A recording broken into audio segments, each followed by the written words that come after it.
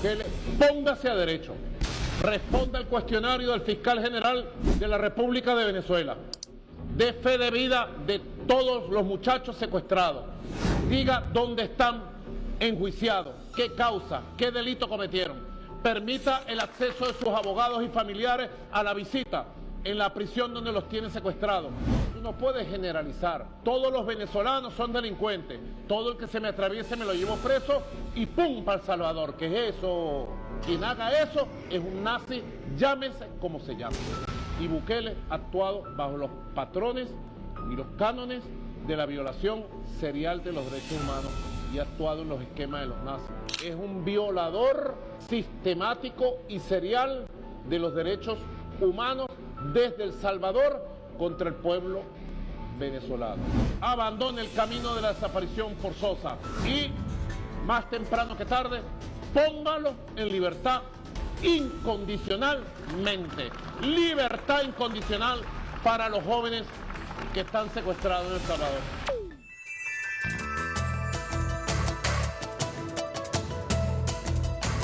Bienvenidos todos y todas a nuestro programa En la Balanza, su programa. Gracias por recibirnos a todos en su casa, con su familia, compartiendo los análisis que estamos haciendo en este programa. Y hoy particularmente estábamos observando al presidente dando respuesta ayer a, digamos, esta propuesta indecorosa del presidente de El Salvador, porque sabemos, y eso hay que tenerlo muy claro, que este chantaje que está presentando el presidente Bukele de El Salvador no responde al derecho internacional, no se marca en ningún tipo de competencia que pueda tener como presidente, más aún entendiendo que lo que origina esta propuesta es un delito de lesa humanidad que se está cometiendo desde El Salvador y desde Estados Unidos. Es decir, un grupo de venezolanos que no sabemos quiénes son exactamente, porque están desaparecidos, o sea, fueron extraídos de Estados Unidos y fueron depositados en un centro aparentemente penitenciario, pero realmente funciona como un campo de concentración, porque no hay personas procesadas penalmente allí, no hay personas juzgadas y condenadas allí en el caso de las personas que extrajeron de Estados Unidos. Entonces, mal puede el servicio penitenciario albergar a personas en esas condiciones en El Salvador. Ciertamente, como decimos en el derecho penal, aquí se trata de una situación de árbol envenenado. Es decir, esta es una teoría penal que siempre se ha manejado, que es que si las raíces, el suelo donde está el árbol está envenenado, los frutos están envenenados.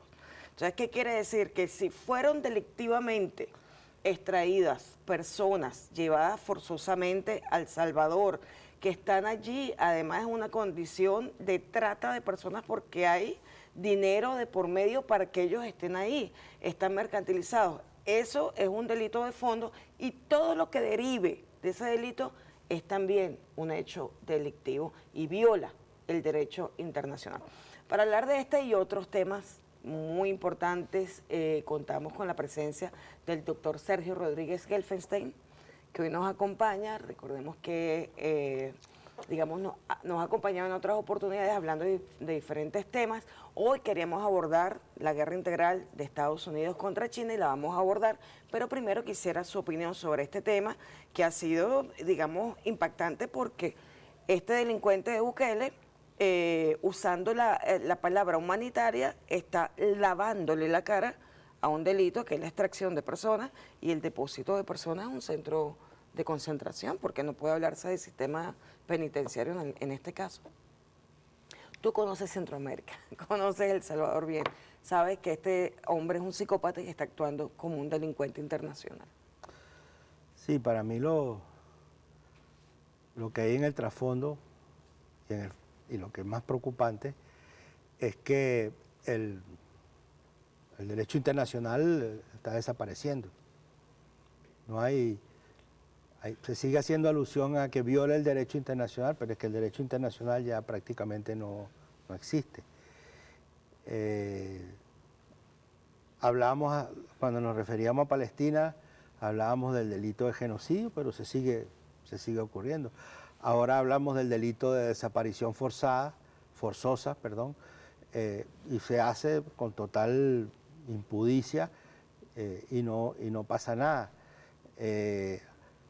Cuando nos referimos a la acción del gobierno de Ecuador en la Embajada de México en Quito, hablamos de la violación de la soberanía de un país y no pasa nada. Tú dices de un presidente delincuente, bueno, el propio Trump está juzgado, es un delincuente también. Claro. Entonces, hay presidentes que pueden ser delincuentes, es normal, ya hoy es normal. Estamos viendo, Milei está al borde del delito, si no ya ha sido declarado con esto que hizo. Entonces, seguimos apelando a un derecho internacional que, si bien existe, ya prácticamente no se cumple. La Corte Penal Internacional emitió una orden respecto de Netanyahu y ya varios países europeos aceptaron que Netanyahu viajara a esos países. Entonces, el nivel de destrucción del sistema internacional, el nivel de conflictividad global es tan grande que estamos pasando a llevar elementos que eran el sustento del sistema internacional en términos de estructura, en términos políticos y en términos jurídicos, del derecho, de la estructura política del sistema internacional, que están desapareciendo de hecho. Están desapareciendo de hecho. Entonces, ¿qué pasa? Que caímos en una situación de impotencia. O sea, hoy nos levantamos de la mañana y buscamos a qué número llegaron los muertos en Palestina y cuántos de esos son niños. Y ya es una cifra que se observa y no pasa absolutamente nada. Ahora vemos que se desaparecen ciertas personas, se secuestran en un país, se desaparecen en otra y no pasa tampoco absolutamente nada. Entonces, yo creo que ese es el problema de fondo. El problema de fondo. Aquí hay afectado unos venezolanos, pero podemos hablar de Palestina, podemos hablar de los bombardeos indiscriminados contra zonas civiles en Yemen, los genocidios ocultos de Haití, de la República Centroafricana, de otros lugares en el mundo, el genocidio que hubo de los rusoparlantes en el este de Europa. Entonces, estamos asistiendo a una situación de destrucción total de la estructura que le daba soporte al mundo tal como se concibió, sobre todo a partir de la Segunda Guerra Mundial. Ese sistema, esa estructura, ese derecho construido y que de alguna manera generaba relaciones internacionales en un marco de estabilidad, incluso en el marco de la guerra, porque hay un derecho de la guerra. Claro. Todo eso está siendo avasallado, todo eso está siendo destruido, todo eso está siendo pisoteado y finalmente lo que se impone es el poder. Entonces, más que el derecho, más que el sistema internacional, apelar a la ONU. ¿Por qué apelar a la ONU? Si la ONU es un apéndice de la OTAN.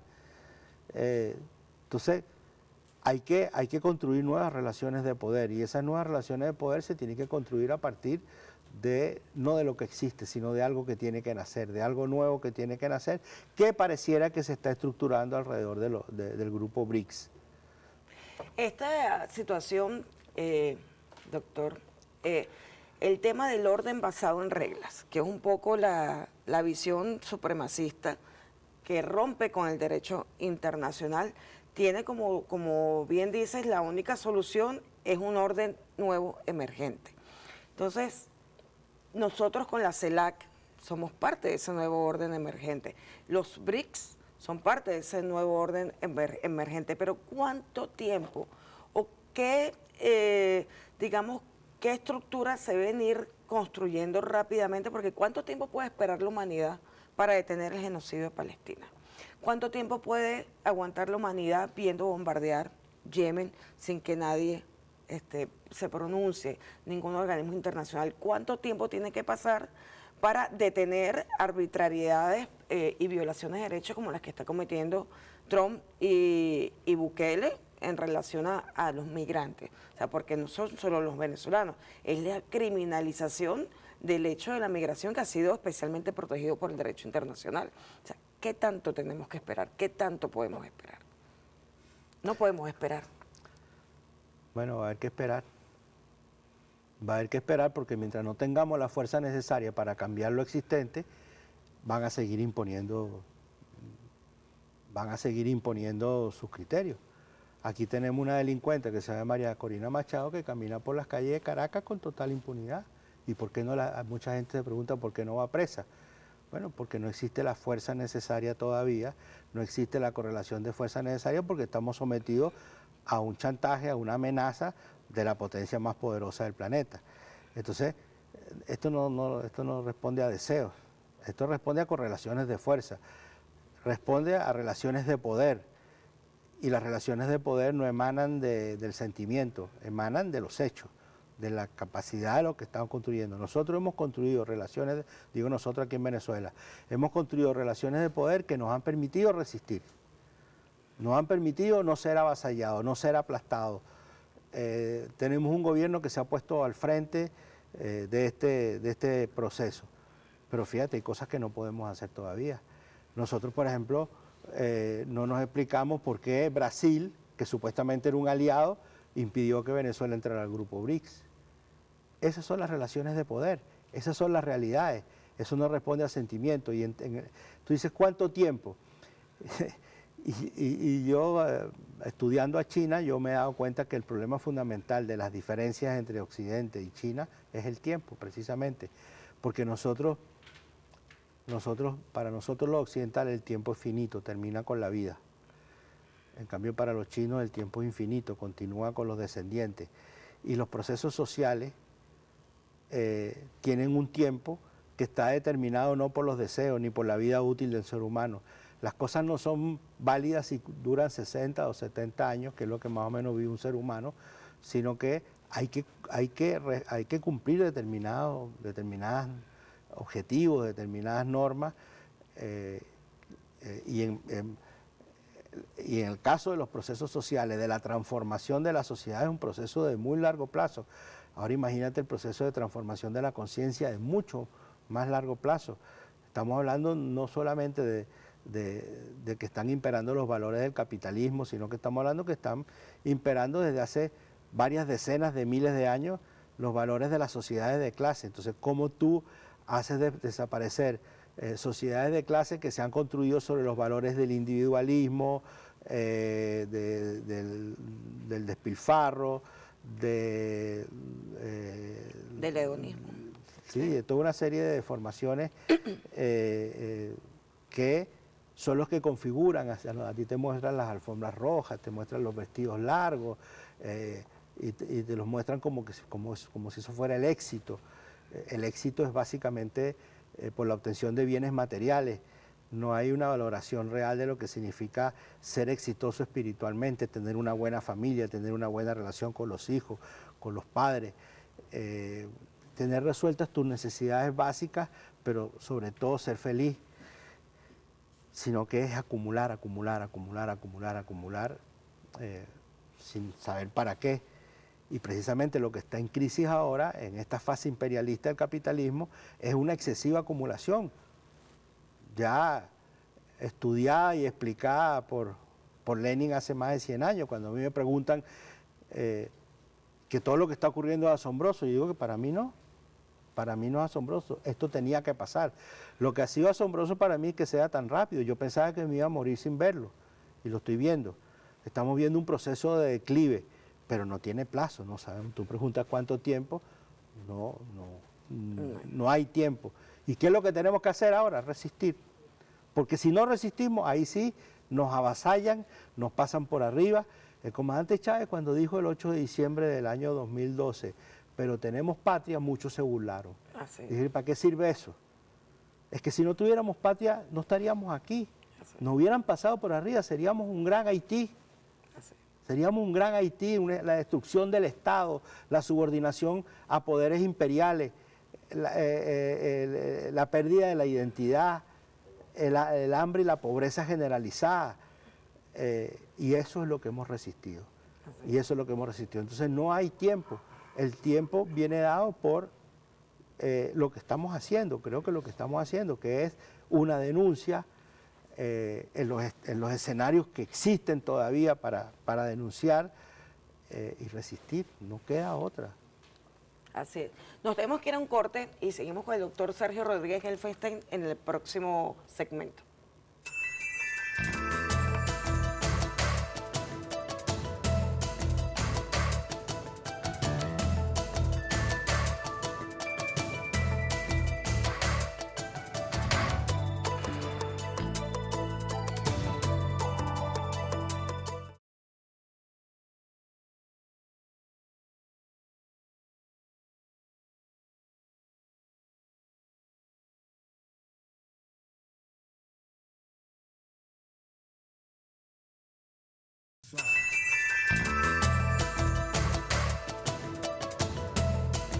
Continuamos en La Balanza conversando con el doctor Sergio Rodríguez Gelfenstein.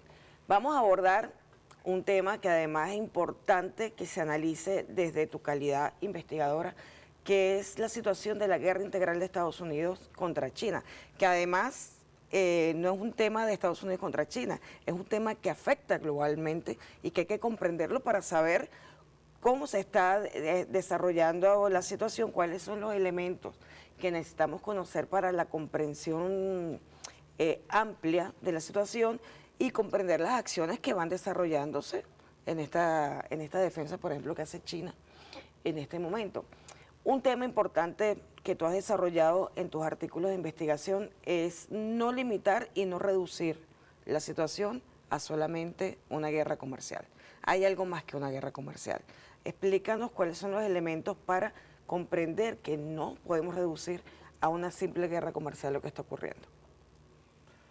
Sí, bueno, yo desarrollé esta investigación incluso ya en el primer gobierno de Trump, cuando ya en ese momento se empezó a hablar de la guerra comercial.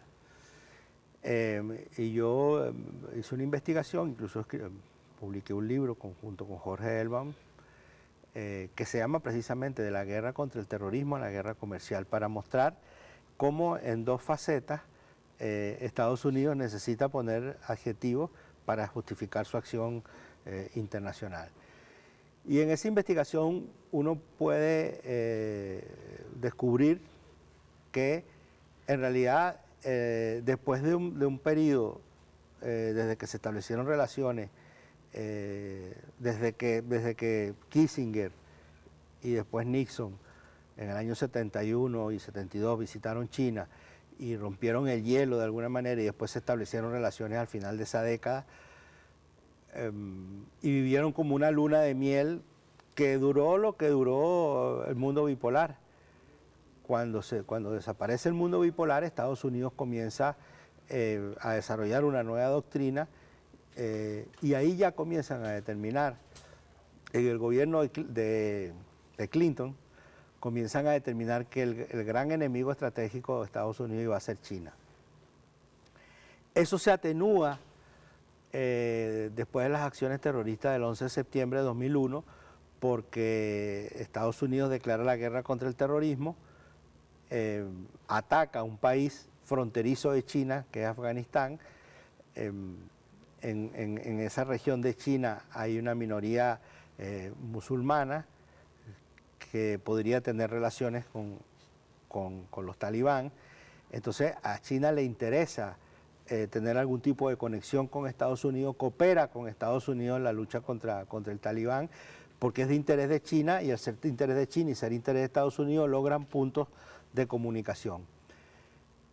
Pero hasta que se da cuenta que la guerra contra los talibanes no era tal guerra. No, pasó mucho tiempo todavía hasta que China salió de su sopor. Ya viene el gobierno, en el gobierno de Bush, ahí se forman, hay dos grupos que tienen contradicciones al interior del gobierno. El grupo que dirige Condoleezza Rice, que era la secretaria de Estado. No, era la secretaria, la asesora de seguridad. Sí, secretaria de Defensa. Y el secretario de Estado era el general Powell, y el general Powell tenía una idea distinta. y entran en una contradicción muy fuerte al punto que Powell en el segundo gobierno de Bush ya sale del gobierno y entonces nombra a Condoleezza Rice secretaria de Estado y hace un tándem con Donald Rumsfeld, que era el secretario de Defensa, y esto se desarrolla en la doctrina de DDP, se me olvidó lo que significa, la doctrina de la responsabilidad de proteger. No, es una doctrina preventiva, una doctrina preventiva, DDP, no me acuerdo cuál es lo que significa. Y entonces ya establecen formalmente que China es el enemigo de Estados Unidos. Eso se mantiene así. Después viene el gobierno de Obama, y en el gobierno de Obama, Obama hace dos cosas que dan continuidad a esta política, que es la política del pivote asiático y la declaración de que el siglo XXI iba a ser el siglo asiático de Estados Unidos. El siglo XIX fue el siglo americano, el siglo XX fue el siglo europeo y el siglo XXI iba a ser el siglo asiático de Estados Unidos. Entonces vuelca todo el esfuerzo fundamental desde el punto de vista militar, lo concentra en Asia y particularmente en los mares adyacentes a China. Y bueno, después viene Trump, y ahí entonces el conflicto ya tiene otro carácter, que es el famoso conflicto de la guerra comercial. Entonces fíjate cómo se le va dando diferentes características a un conflicto que finalmente es el mismo, que es la definición para Estados Unidos de China como enemigo estratégico. Pero cuando tú empiezas a analizar el conflicto en su amplia dimensión, te das cuenta que no es solo comercial. Es un conflicto científico, en materia científica, quién logra los principales avances. Es un conflicto en materia tecnológica.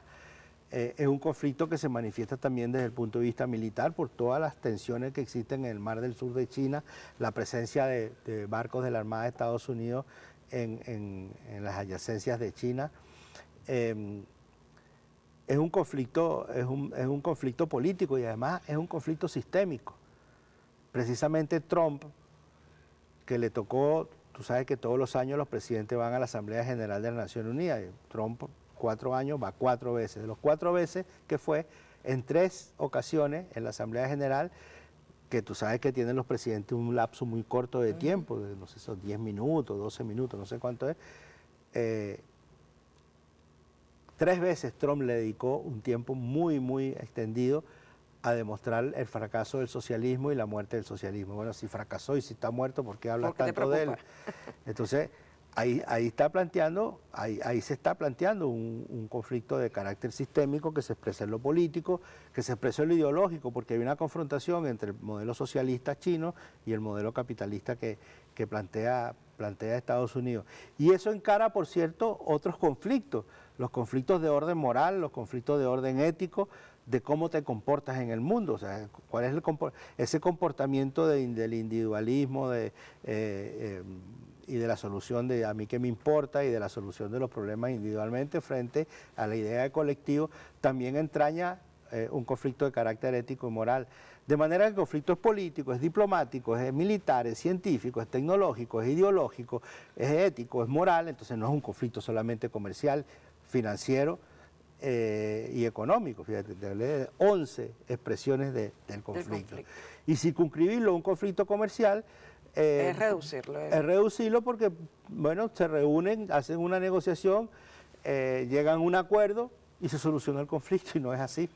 Y no es así porque es sistémico, tiene que ver con la sobrevivencia. Hoy lo que está haciendo Trump es luchando ya no solamente por la salvaguarda de Estados Unidos, ya no solamente por transformar a Estados Unidos, hacerlo grande de nuevo, como es su consigna, sino que lo que está tratando de salvar al capitalismo que está en crisis, que entró en un proceso de crisis estructural. Esta crisis ya no es las crisis cíclicas que el propio capitalismo generaba para recomponerse, reestructurarse y mantenerse.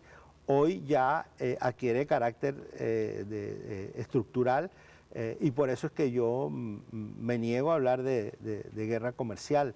Yo creo que es un conflicto sistémico, es integral, se manifiesta en diferentes áreas, en diferentes sectores de la sociedad y del Estado, Y como tú decías hace un rato, al ser las dos mayores potencias del planeta, ya no se circunscribe a ellos dos, ya no es un conflicto aislado en algún lugar del planeta, es algo que está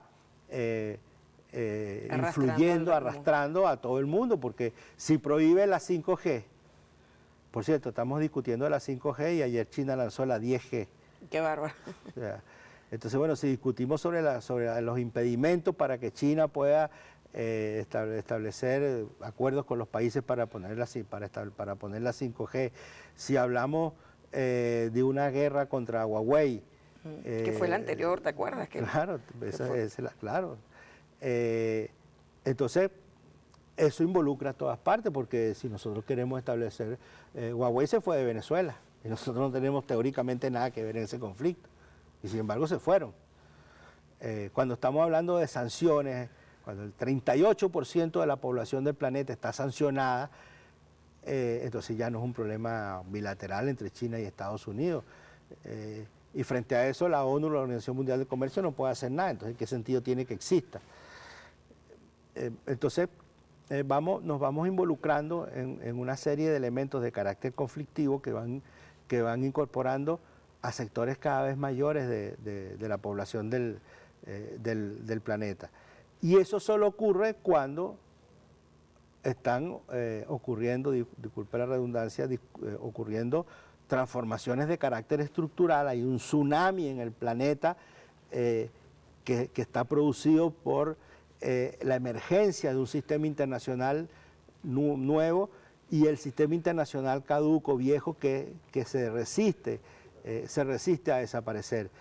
Se trata de establecer relaciones mucho más equitativas, donde haya realmente justicia, donde tú puedas apelar.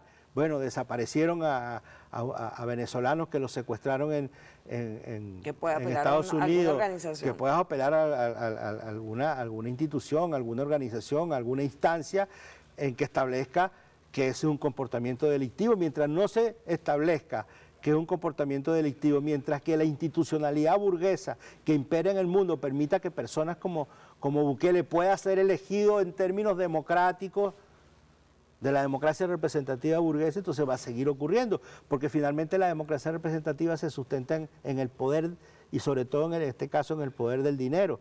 Te ponen por la televisión y por los medios de comunicación a los candidatos, los medios de comunicación te ponen la agenda, te ponen los candidatos, te ponen los recursos y eligen a quien ellos quieran. Acabo de ver una serie de televisión en Netflix precisamente que concluye en eso, cuando un empresario promovió durante muchos años, hizo una serie de acciones en varios lugares del mundo, y al final se sabe que todo eso lo hizo para poner a su candidato como presidente de Estados Unidos.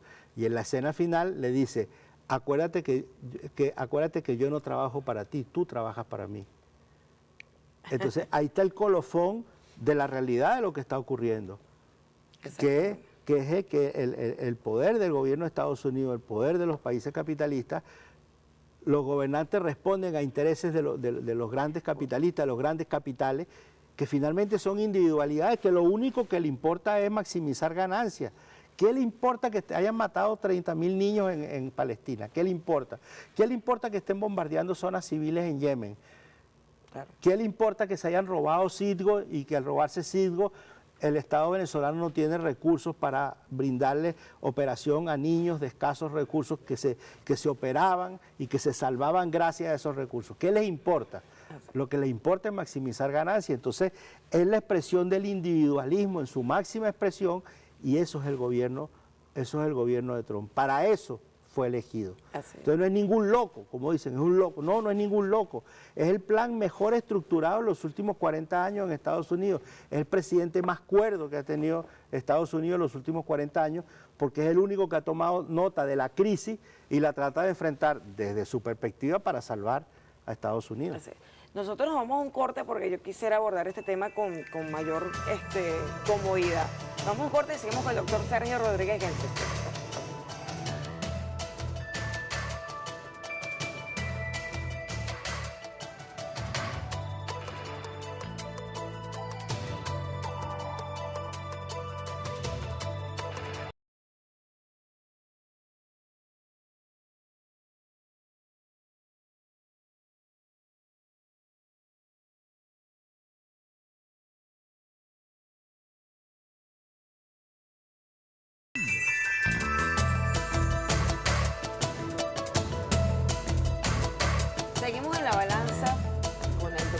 Sergio Rodríguez Gelfenstein. Cualquiera que quiera profundizar en la investigación o conocer la investigación del doctor Sergio Rodríguez Gelfenstein, usted pone el nombre completo en Google y encontrará una gran variedad de sus artículos, muchos de los libros deben estar publicados, seguramente de acceso a los que tengan interés en conocer las áreas de investigación, que todas son de geopolítica, todas son vinculadas además al análisis del acontecimiento. Esta semana hasta hiciste un artículo sobre el tema de la sucesión del Papa, que por cierto estamos acompañando el luto que declaró el presidente Nicolás Maduro, un gran hombre que rompe, digamos, con la tradición de la jerarquía eclesial, que pone algunos frenos al dogmatismo neoliberal de la Iglesia Católica y que evidentemente, este es un paréntesis, creo que no va a tener continuidad. Yo creo que van a hacer lo posible porque el Vaticano es un centro de poder. Van a hacer lo posible para que no haya continuidad ideológica en esta línea liberadora, cargada un poco de la teología de la liberación. No lo van a permitir. ¿Qué opinas tú? Bueno, no somos vaticanólogos, pero... No, has entrado en un tema complejo. Mira, en realidad el proceso de transformación de la Iglesia desde la superestructura, porque la Iglesia de base es otra cosa. Estamos hablando de la superestructura de la Iglesia como poder global. Esto no lo inició Francisco, lo inició Juan Pablo I y lo asesinaron a los 33 días de papado, lo asesinaron. Murió un hombre que tenía una salud plena, que no tenía ninguna normalidad, de repente le dio un infarto y las investigaciones que se han hecho apuntan a que no hay ninguna explicación de que le haya dado un infarto, no hay ninguna razón, y todo el manejo que se le dio al fallecimiento de Juan Pablo I es muy raro, es muy extraño, hay una serie de dudas, de explicaciones que nunca se dieron. Entonces, todo indica que fue un asesinato. Y viene Juan Pablo II, que tiene un largo papado de 27 años, y logra resistir eso que parecía iniciarse con Juan Pablo I. Él y su sucesor Ratzinger, un papa de pasado nazi, establecen, digamos, aproximadamente más de 30 años de papado reaccionario, recalcitrantemente reaccionario, retrógrado, conservador en extremo. Sin embargo, la Iglesia reacciona a eso, se da cuenta que eso está conduciendo a una pérdida de prestigio de la Iglesia Católica en América Latina en favor de las iglesias protestantes, que van cobrando mucho mayor espacio y que además tienen la capacidad para estructurarse políticamente. No hay partidos católicos, pero sí hay partidos protestantes que tienen sus candidatos designados por la cúpula jerárquica de esa iglesia, que designa candidatos y que destina recursos, y va cobrando espacio en algunos países.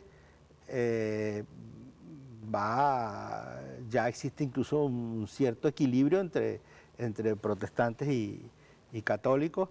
El caso más abismante es Brasil, Brasil es la mayor concentración católica del planeta, el país con mayor ahora concentración del planeta, y ahora es protestante, tienen presencia, designan ministros, etc. Presidente, exacto, Bolsonaro. Entonces, y luego todo eso que, repito, inició Juan Pablo I. Juan Pablo I muere el día que iba a dar a conocer una reestructuración total de la Iglesia en materia financiera, después de todos los escándalos que hubo en las relaciones con las logias, con las mafias, con la mafia, con todos esos escándalos financieros. Él los iba a dar a conocer y iba a tomar medidas drásticas, y murió ese día, casualmente. Entonces, está todo el tema de la relación financiera oscura de la Iglesia. Se sabe que tiene grandes recursos en la banca offshore. todo el tema de los escándalos sexuales de pederastía al interior de la iglesia que fueron tapados por Juan Pablo II y por Benedicto, y que Francisco ordenó hacer toda la investigación, incluso al punto de sancionar al que era el número 3 del Vaticano, el cardenal Pell de Australia, que fue expulsado y sancionado. Eso además, las investigaciones en materia sexual que afectaban básicamente o con una fuerza superior en Estados Unidos, significaba enfrentarse a la curia estadounidense, que siendo una curia numéricamente pequeña es muy poderosa, es la que tiene más dinero, y que es una curia diferenciada porque existen las diócesis de los blancos ricos, WASP, de Estados Unidos, en Nueva York, en Boston, en Chicago, y las curias del sur de los emigrantes latinos que tienen en Los Ángeles, en San Diego, en San Antonio, que son diócesis pobres en comparación con las ricas. Entonces, hay una relación entre estas diócesis ricas y el gran peligro que hay ahora es que el arzobispo de Nueva York, que es papable, el Monseñor Dolan, sea el próximo papa. ¿Y qué particularidad hay en este momento? Es que este es el primer gobierno de Estados Unidos, el gobierno de Trump, que tiene una presencia tan grande de católicos, empezando por el vicepresidente Vance, por el secretario de Estado Rubio, por el secretario de Salud Kennedy, por la embajadora en Naciones Unidas, por el secretario de Transporte y otros que no me acuerdo ahora. Entonces, Estados Unidos ha actuado a través, la CIA ha actuado en los cónclaves papales a través de la curia católica, pero ahora podría estar actuando directamente por primera vez a partir del gobierno. El último estadista que vio el Papa fue al vicepresidente de Estados Unidos. Entonces, estamos en una situación totalmente distinta. Ahora, en términos de correlación de fuerzas, ahí hay una superposición de variables, porque hay una variable que dice cuáles son los poderes en el Vaticano. Los poderes en el Vaticano son 3, hay muchos grupos de poder, pero los más importantes son 3, los masones, el Opus Dei y los jesuitas. Se logró por primera vez un jesuita, venciendo la resistencia del Opus Dei y de los masones. Acuérdate que esas pugnas entre el Opus Dei y los masones llevaron al asesinato incluso del jefe de la Guardia Suiza, casado, por cierto, con una venezolana. O sea, los escándalos eran de altísimo nivel y en esa hendidura se introduce Francisco, se introducen los jesuitas. Pero hay otra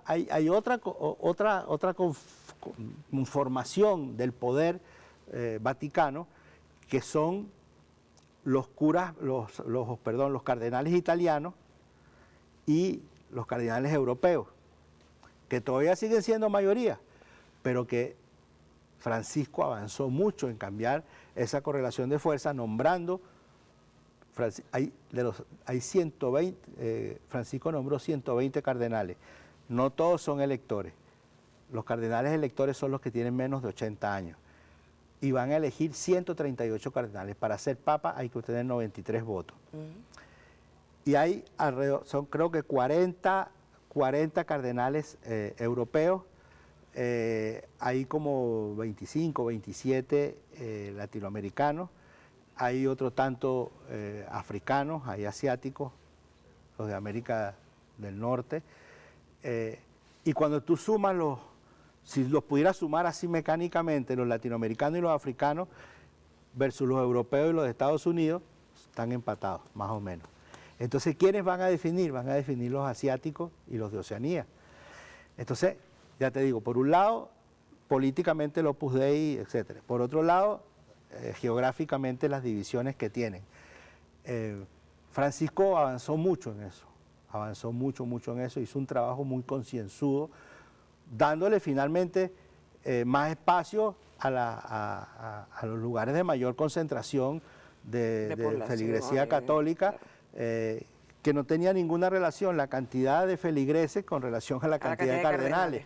Entonces él avanzó mucho en cambiar esa correlación de fuerza y no sabemos qué va a primar en el cónclave. Si va a primar esta contradicción entre Opus Dei, jesuitas y masones, o va a primar esta contradicción entre los del norte y los del sur. En este cónclave hay cosas muy interesantes, algunas negativas, como la posibilidad de que Dolan sea elegido, el cardenal de Nueva York, sea elegido papa, pero también hay muchas posibilidades de un cardenal de Ghana y de un cardenal filipino. El cardenal filipino Tagle tiene 67 años. Y estamos hablando, no es porque lo haya dicho Obama, pero estamos hablando de un momento histórico de la historia del planeta, donde Asia está cobrando una importancia trascendental. Entonces, la posibilidad que la Iglesia tome nota de eso y nombre un papa asiático o incluso un papa africano, y la posibilidad también de que los cardenales del sur establezcan un vínculo, es una posibilidad, pero también hay cardenales latinoamericanos que son del Opus Dei, claro, y que detestan a sus propios pueblos porque responden a las élites de sus países. Un caso patente, pues creo que ya no elige, Cipriani, el de Perú, que fue papable cuando se eligió a Francisco. Entonces digamos, estos procesos que, bueno, este proceso que se va a desarrollar durante la primera semana de mayo, y que son procesos muy secretos. Hoy yo creo que aunque se dice que Francisco fue una sorpresa, el nombramiento de Francisco fue una sorpresa, incluso se decía que Francisco tenía más posibilidades cuando se eligió Ratzinger que cuando se eligió realmente. Y yo creo que también un factor que también va a influir es que en esta situación de crisis planetaria y de crisis de la propia Iglesia Católica, la Iglesia Católica necesita un papado largo. Entonces, eso también puede influir en la búsqueda de alguien más joven. De alguien más joven, no de un cardenal de 75, 76, 77 años, que se le pueden augurar 7, 8 o 10 años. Yo creo que es posible, como una variable para la designación del Papa, buscar un Papa de alrededor de 70 años, de 60 y pico de años, que garantice por lo menos unos 20 años de papado, que le permita enfrentar a la Iglesia Católica este momento crucial de la humanidad. Entonces, estos creo yo que son los factores que van a influir en la designación del Papa. Es muy difícil, muy difícil, por no decir imposible, no sé, no hay nada imposible en la política, y esto es política, que otro Papa latinoamericano, hay un cardenal mexicano que está entre los papables también, pero yo veo muy difícil que haya dos papas latinoamericanos uno detrás de otro, no lo veo difícil. Entonces, el factor geográfico hay que considerarlo, tal vez así como es en la ONU, donde dicen, bueno, ahora le toca un latinoamericano, es posible que los africanos hagan valer que les toca un africano, o que los asiáticos digan, bueno, nosotros tenemos posibilidad. Bueno, ya nos toca despedirnos. Yo estuve revisando algunos de los perfiles de lo que los vaticanólogos definen como papables, claro, haciendo el análisis de quienes están ya en cargos salidores, como dicen, en cargos salidores. Y realmente otro Bergoglio es casi imposible. O sea, yo creo que lamentablemente la jerarquía eclesial, la superestructura, no va a seguir avanzando como avanzó con yo no estoy tan seguro. El Papa Francisco. Ojalá me equivoque. Yo no estoy tan seguro, por eso te digo que hay un trabajo que hizo Francisco, lo hizo muy silenciosamente, pero lo cierto es que nombró 120 cardenales. Piensa tú, de los cardenales nombrados por Juan Pablo II, solo quedan 5 electores. y de los nombrados por Ratzinger, que eran creo que 40 o 50, y hay como 70 electores nombrados por Francisco. ¿Habrá una lealtad ahora que falleció? No lo sabemos. Pero lo cierto, por eso es que digo que yo no me atrevo a afirmar así absolutamente que no va a haber continuidad. Por un tema de correlación de fuerza uno podría pensar que sí podría haber. Yo creo que el factor más sólido para que no haya continuidad es el papel que va a jugar Estados Unidos para elegir un papa de ellos que sea la contraparte en el mundo católico de Trump. Bueno, como dicen los católicos, como decimos los musulmanes, en nombre de Dios, que sea lo más conveniente para transitar este momento de la humanidad. De verdad que ojalá la iglesia jerárquica tuviera un papel más cercano al mensaje de Jesús de Nazaret, del Jesús palestino. Así que esperemos que se cumpla tu análisis y que ciertamente hay una correlación de fuerzas que favorezca la continuidad en una iglesia que necesita cambios para acercarse al mensaje realmente revelado, con un mensaje de solidaridad, de igualdad entre los hombres, que impediría que siguieran ocurriendo genocidios o siguieran ocurriendo situaciones en contra de la humanidad. Y esa voz siempre sería importante. El último mensaje de Francisco fue por la paz. Así es. El último mensaje de Francisco fue por la paz, fue por el encuentro, fue por el cese de las agresiones contra los pueblos. Ese último mensaje hay que estudiarlo. Así es. Y también hubo permanentemente mensajes a nuestra América llamándonos a la continuidad y a la unidad. Ajá, a la unidad latinoamericana y a seguir. Y a regresar a Bolívar. A regresar a Bolívar y a San Martín. Y a San Martín. Bueno, nos despedimos, tuvimos el placer de tener con nosotros al doctor Sergio Rodríguez Gelfestein.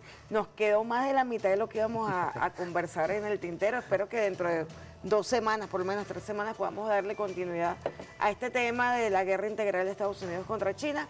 Gracias a ustedes por acompañarnos en su casa. Muchísimas gracias, Sergio, por habernos acompañado. Nos vemos el próximo martes.